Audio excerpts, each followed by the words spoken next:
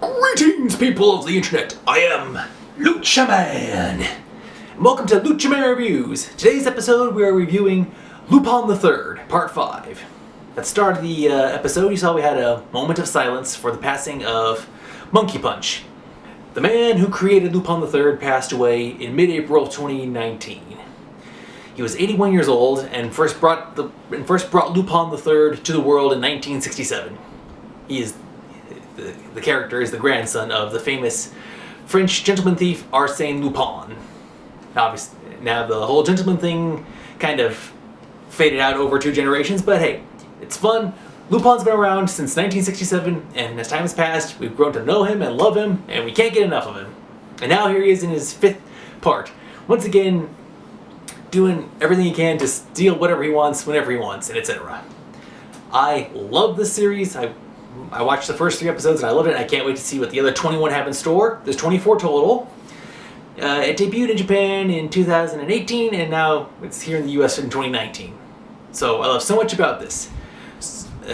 And now, since this was his passing, this was Monkey Punch's final work, along with the Eternal, along with the film Blood Seal of the Eternal Mermaid, which is coming out in a couple of months to DVD.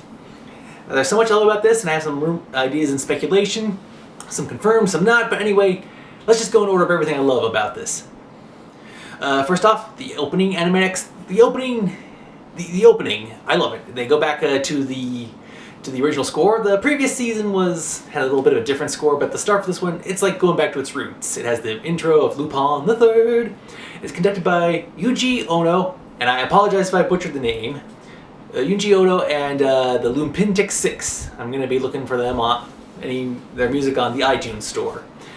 Yeah, the music is great, and the animation for the intro is it's a little different. It's unique. I like it. I love it. And then we get to the main show itself. The animation is incredibly great. It's come a long way since its original animation. The show looks great. It sounds great. All the characters look like they're supposed to. Everything's perfect. I love it. Let's see.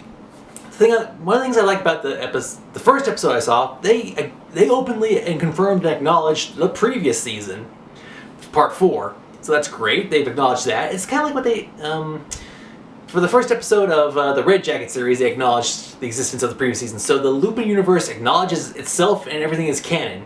And for this season, not only, like I said, it acknowledged the previous season, and it also acknowledged the Pink Jacket saga, the Red Jacket saga, and here's what, it acknowledged the Green Jacket saga, and it showed some footage from each thing, and it showed the footage was from the castle of Cagliostro, so it's acknowledging a whole bunch of stuff. So way to go, Lupin. Yeah. So what's Lupin doing this season? This part?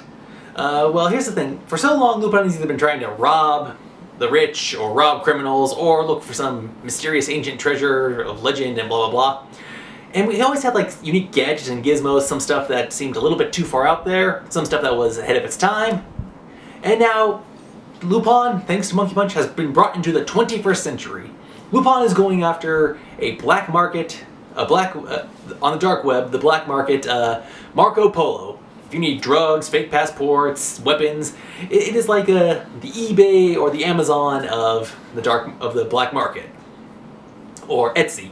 So his plan is to find a way to hack into there and exploit and get all the monies. It's like the dark market equivalent of PayPal or Bitcoin. So Lupin III meets Watch Dogs.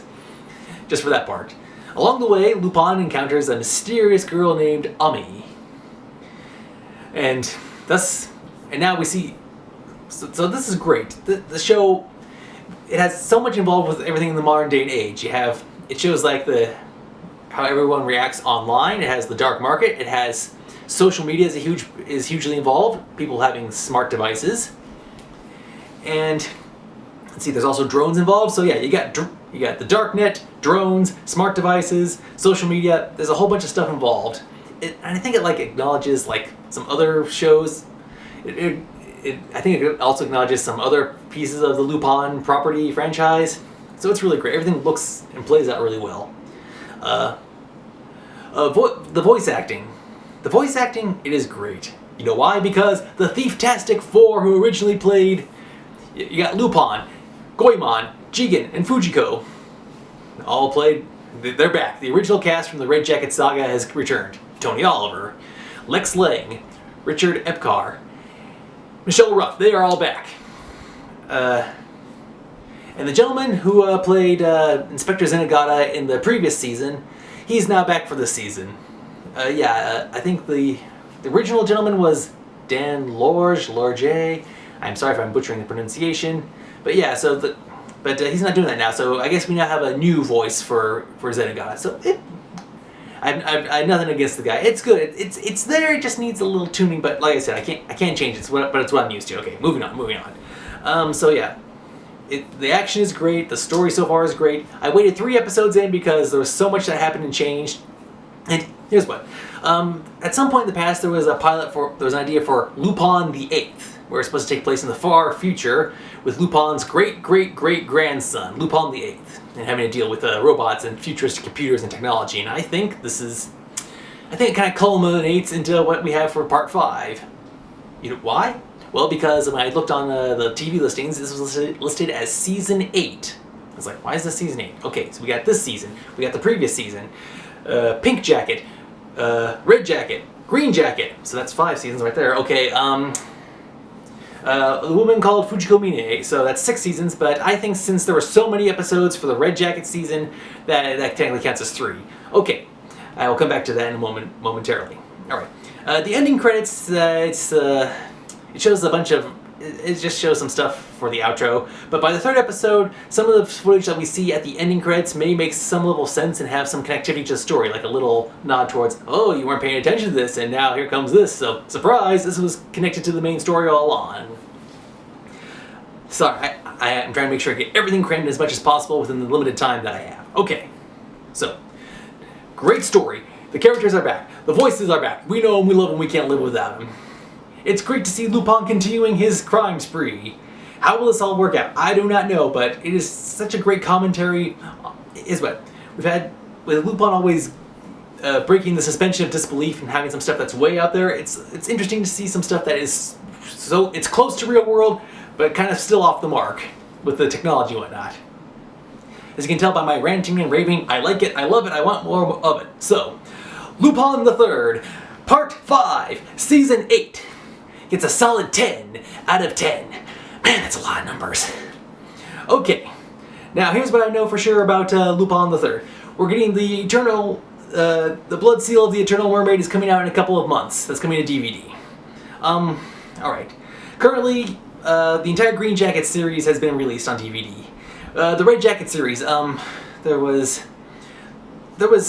several episodes. It was the biggest series of them all. And only 79 got translated into English, got the English dub. And I think maybe that's less than half of the entire Red Jacket translation of the Red Jacket series, and even less than half of that actually made it to air on Toonami. That's why I was first introduced to Lupin III. So yeah, so there were 79 episodes. I went about things the hard way. I got the first 79 on the 14 separate DVDs, and then Discotek acquired the rights, and we got the first 3 seasons were released on Blu-ray on 3 or 4 separate discs per box. I don't know, so that's pretty awesome. So if current trends hold, I think by either December of 2019 or January of 2020, we will get the 4th and final complete collection, 4th and final disc of the Red Jacket series, thus completing the 2nd part. The Pink Jacket may follow soon after that. It may be either by the midpoint of 2020 or the end of 2020, start of 2021. So that's where I'm making rumors and speculation. Where will Lupin III go from here? I don't know, but now that Monkey Punch has passed, may he rest in peace.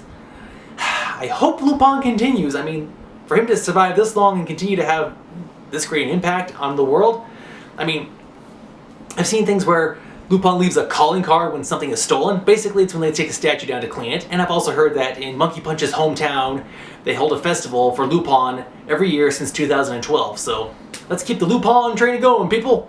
Yeah, if you don't know who Lupin is, watch it. But be wise. It's aimed at a more older audience, like older teens. Yeah, some violence, some suggestive themes, alcohol, drugs, weapons, blah blah blah.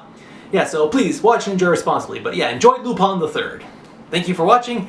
Sorry for talking fast and trying to get everything in here. Okay, until next time, this has been Lucha Man for Lucha Man Reviews, saying thank you for watching, and as always, have a nice day. And, yeah. Closing with my impersonation of a laugh of Lupin III. Hope you liked it. Thank you for watching.